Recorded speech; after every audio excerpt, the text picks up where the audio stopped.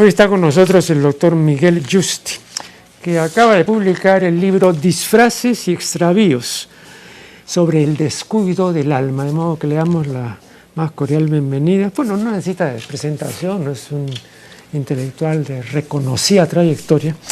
Y vamos a conversar sobre algunos puntos que él desenvuelve en esta obra. Aquí veo en la página 11 lo siguiente.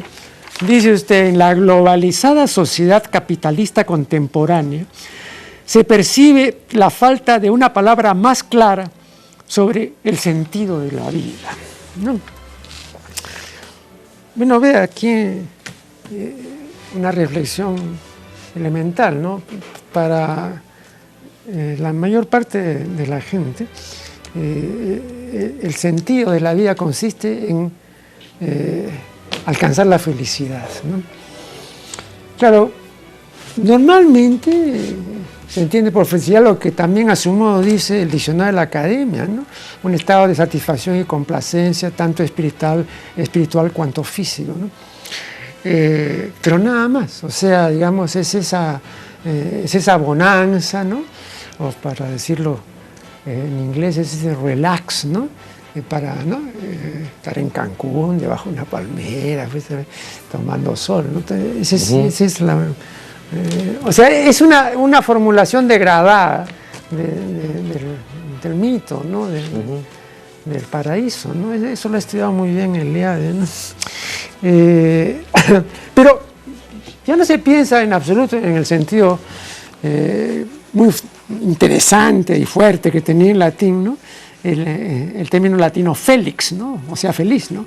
Que era fructífero, feraz, ¿no? Productivo, creativo, etcétera, ¿no? Ahora esto ya no rige, digamos, en español, como muchas otras cosas que nos han venido del latín. Pero una de las caracterizaciones que se puede hacer de esta época digital y cibernética es lo que llamamos la falta de peso específico, la falta de contenido. Y entonces, cuando hay falta de contenido, no puede haber felicidad, porque siempre he dicho que la felicidad trabaja con contenidos, ¿no? Pero ahora no, ahora puede ser muy cierto lo que decía Antonio Machado, hablando de un hombre rústico, ¿no? Y decía, en la oquedad de su cráneo cabía todo el vacío del universo. Eso, ¿no? Muy buena esa. Entonces ahora hay gente así, ¿no? Que en la oquedad de su cráneo ahí puede entrar todo el universo, ¿no? Entonces, ¿usted compagina, digamos? Bueno, me parece esa cita que usted ha elegido, creo que es una buena entrada a la problemática que se discute a lo largo del libro, ¿no? El sentido de la vida, y además asociándolo, como hace usted, a la palabra felicidad, ¿no? Aristóteles decía que no hay ningún desacuerdo, al contrario, es sorprendente el acuerdo que existe entre todas las personas al decir que el objetivo de la vida es la felicidad. El único problema, dice, es que no están de acuerdo en qué consiste esa felicidad, ¿no? Y esta mención suya al origen latino de la palabra también está vinculado con el origen griego, porque para Aristóteles felicidad es eudaimonía, y la felicidad consiste para él en una vida realizada, pero una vida realizada es una vida que tiene sentido porque uno es creativo, ¿no es cierto?, en su vida, o porque realiza muchos fines de una manera excelente, ¿no?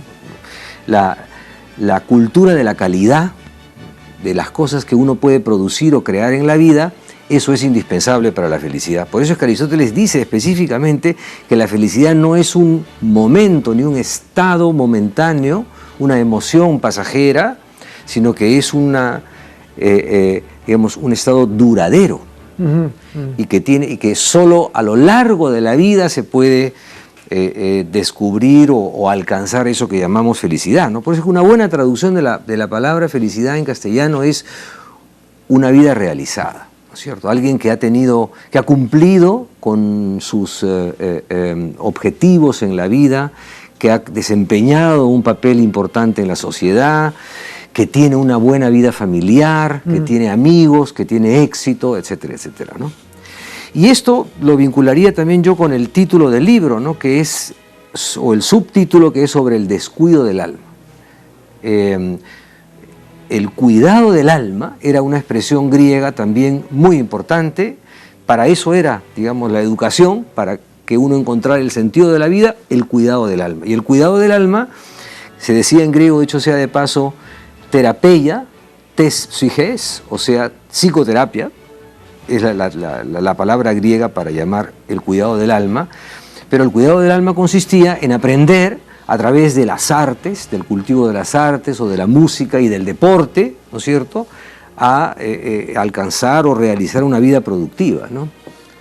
Y entonces, claro, por eso el libro se enfoca o se orienta hacia una serie de falsas apariencias, simulaciones que ofrece la cultura contemporánea y que son una expresión del descuido de la sociedad por la educación del alma, ¿no? Ahora, hay casos bien interesantes que no coinciden exactamente con lo que usted con tanta propiedad ha expresado respecto a la felicidad, aunque tampoco se opone, ¿no? Por ejemplo, un caso interesante en este sentido es el caso de Arguedas, ¿no? A mí, en una conferencia que ofrecí hace muchos años, recuerdo, en el Centro Cultural de la Católica, me preguntaron si Arguedas había sido feliz. Entonces yo dije que sí. Y entonces inmediatamente me retrucaron, ¿no? Y me dijeron, pero ¿cómo puede haber sido feliz una persona que terminó suicidándose, ¿no? Entonces yo desenvolví la idea de la vida productiva de Arguedas, ¿no? Entonces, uno puede tener, como él tuvo, una vida muy productiva, una vida que se tradujo en obras, ¿no? En muchas obras. Su obra de ficción es amplia y su obra antropológica ocupa 7 tomos, y además todo su interés por la música andina, en fin, ¿no? Entonces ha sido una contribución significativa. Pero él, en un sentido convencional, no fue feliz, ¿no? O sea, en el sentido en que puede entenderlo la gente, estar felizmente casado, tener una situación llevadera, digna, etcétera, ¿no? Sí. Eso es lo que normalmente se dice. Sí. Pero yo coincido con usted, porque volvemos al punto de la felicidad asociada a la creatividad, ¿no es cierto? A la vida fructífera, como decía usted mismo al comienzo, ¿no? Por eso es que para los griegos la felicidad está asociada a lo que ellos llaman la arete, que es, digamos, la mejor performance. El mejor violinista, el mejor atleta, el mejor escritor, el hombre más creativo. Ese es el hombre que, en el sentido griego del término, alcanza la felicidad. Claro, ¿Ese es sinónimo de virtud? Sí, ese es el sinónimo de virtud, efectivamente. Claro que la palabra virtud, con tanto tiempo que ha transcurrido, ya ha adquirido otras connotaciones, ¿no es cierto? Pero efectivamente, arete es la virtud, pero la virtud del virtuoso, así como decimos el violinista virtuoso, ¿no es cierto? Pero vuelvo a Arguedas, porque claro, es verdad, Arguedas, claro, fue un hombre atormentado, pero fue un hombre muy creativo. Entonces, produjo, y además no solo para él, sino para su propia sociedad, una obra muy valiosa, ¿no? Y decimos valiosa, decimos con mucha calidad, ¿no es cierto? Una gran performance. Eso es algo que enseña y que, claro, no se ajusta a una especie de modelo prefabricado de vida rutinaria, al contrario, ¿no? Entonces, coincido con que aunque en el lenguaje cotidiano parezca con algo extraño llamar feliz a un hombre que termina suicidándose, es evidente que es una vida que ha sido una vida muy rica, ¿no? Claro, pero este significado, ¿no?, de esta riqueza interior también en el habla cotidiana se ha perdido. O sea, sí, eso se ha perdido. Sí, no, es más, ahora hay una trivialización de la palabra felicidad. Como usted bien sabe, hay observatorios internacionales de la felicidad, el Ministerio de la Felicidad. Se ha convertido en una percepción subjetiva, momentánea y muy relativa, ¿no? Vamos a hacer aquí la primera interrupción y ya regresaremos.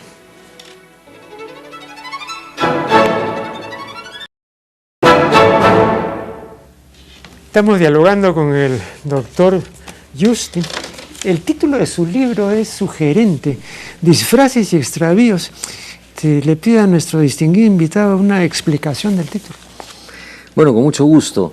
El título ha sido además materia de muchas reflexiones y de discusiones, entre otras personas, con el editor, los editores del libro, ¿no? El libro está editado en el Fondo de Cultura Económica y el editor que me ayudó con el trabajo de edición, Felipe Aburto, fue un interlocutor inteligente y severo, ¿no? Porque ponía muchas objeciones o sugerencias para mejorar, ¿no?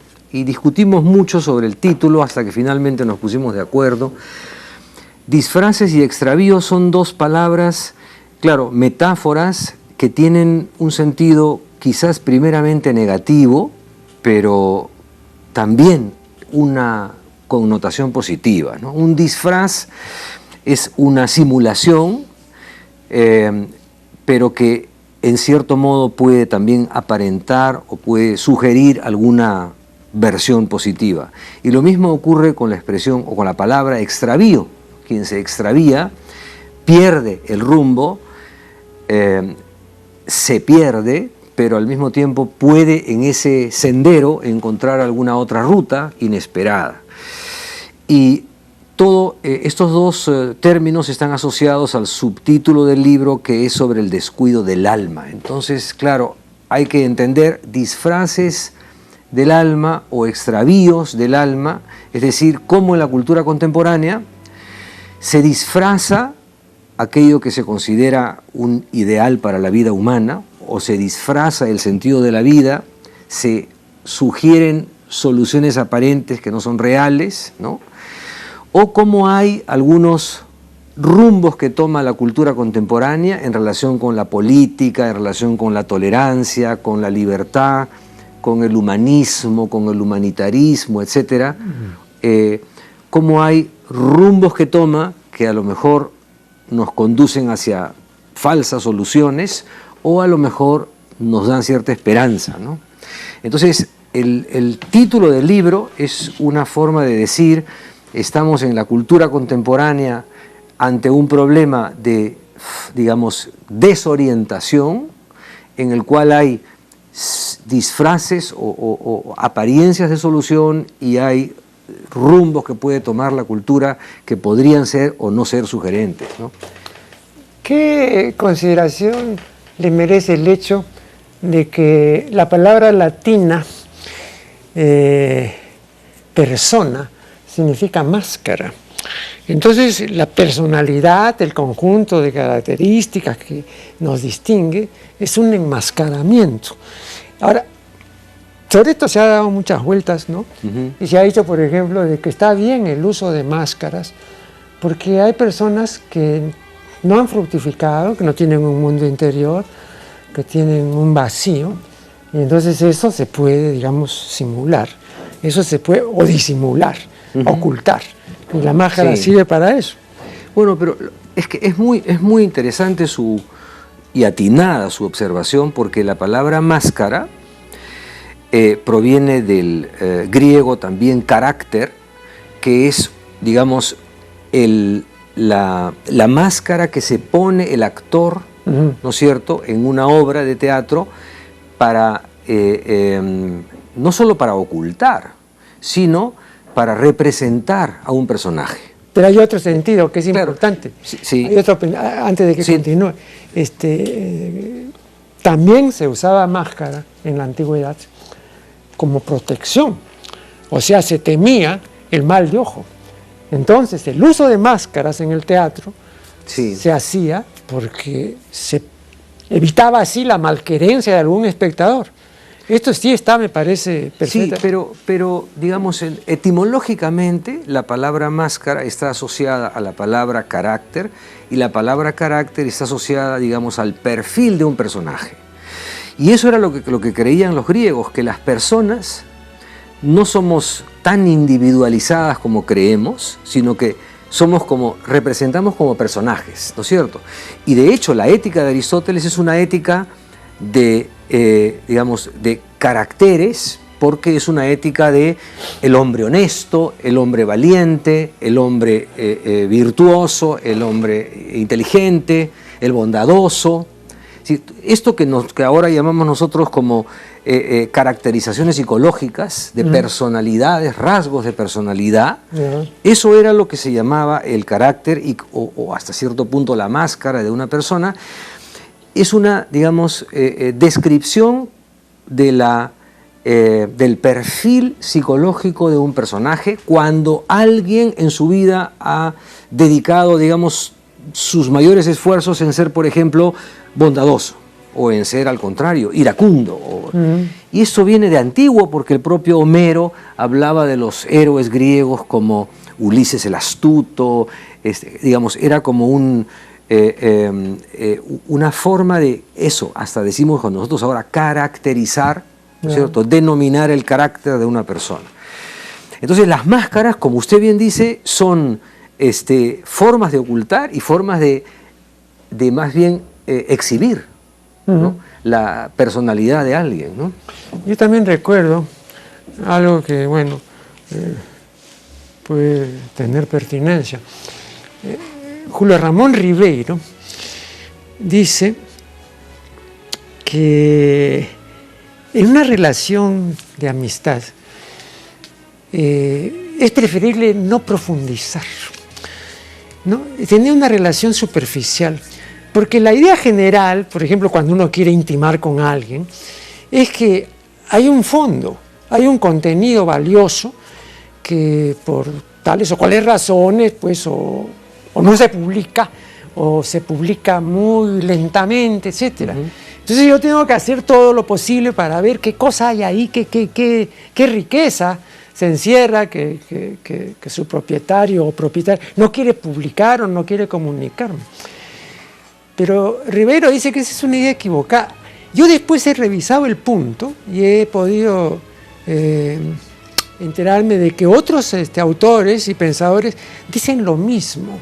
Dice, no conviene. Además, hay que remontarse a Marcial, ¿no? Marcial dice, ten pocos amigos. Claro que así vas a tener pocas satisfacciones, pero también te vas a evitar una serie de contratiempos, ¿no? Entonces también la amistad es bifronte, ¿no? Tiene, digamos, este aspecto negativo, que, digamos, el amigo, una vez que se despide de uno, bueno, es el peor enemigo. Bueno, la amistad también es un tema de este libro. El libro está dividido en 3 partes y la tercera parte se llama Marcas de Amistad, que es una parte del libro en la que yo incluyo algunos ensayos en homenaje a grandes amigos, ¿no?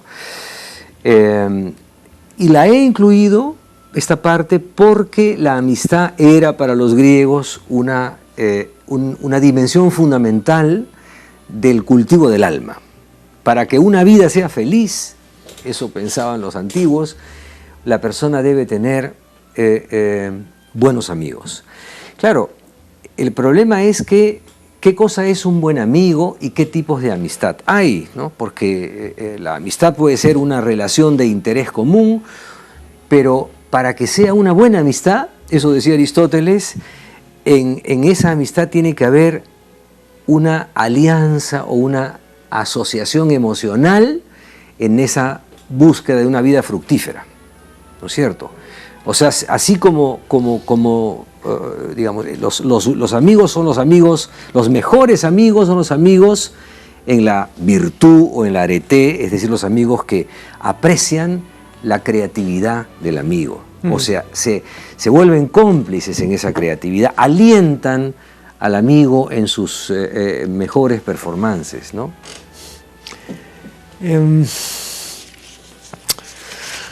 Luego, usted dice, una cultura universal que aspire a la tolerancia debe comprometer al corazón, es decir, debe solicitar la intervención de nuestros afectos en la promoción de una cultura humanitaria del reconocimiento.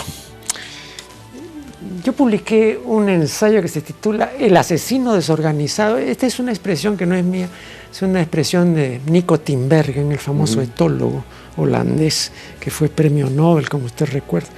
Bueno, y ahí decía, en los primeros 150 años de los últimos 200 en el occidente civilizado, supuestamente civilizado, un hombre ha dado muerte a otro hombre cada minuto. Pero en los últimos 50 años, el lapso entre una y otra muerte violenta se ha reducido a 1/3. De modo que ahora, cada 20 segundos, un hombre mata a otro hombre. Entonces, esta especie no solamente es homicida, ¿no?, sino, y lo ha dicho alguien que no es etólogo, pero que es una persona culta e inteligente, como Mario Vargas Llosa, es un homicida compulsivo. Porque matar pues a un congénere cada 20 segundos, eso es una compulsión, pues, ¿no? O sea, ya es una cuestión ya psiquiátrica, ¿no? Entonces, ¿cómo se puede, digamos, proponer o abogar por una cultura de la tolerancia con una persona tan peligrosa, ¿no? Bueno, es un desafío. No, yo no puedo sino coincidir con los datos, ¿no es cierto? Que los datos no se pueden negar, pero tolerancia es además un término que yo diría es cada vez más necesario, porque lo que es más frecuente es la intolerancia, ¿no? Entonces, claro, ¿cómo cultivar la tolerancia? Ese es el problema, ¿no? La cita que usted ha referido se encuentra en un texto en el que yo me ocupo del concepto de tolerancia, porque hay muchas teorías sobre la tolerancia en la actualidad, y yo defiendo una, que es la de Lessing, que es la tolerancia de quien persigue una vida más humanitaria, ¿no es cierto? Yo no digo que eso sea lo más frecuente, sino que sí sería lo más deseable, ¿no? Vamos a hacer acá una nueva interrupción y ya regresaremos.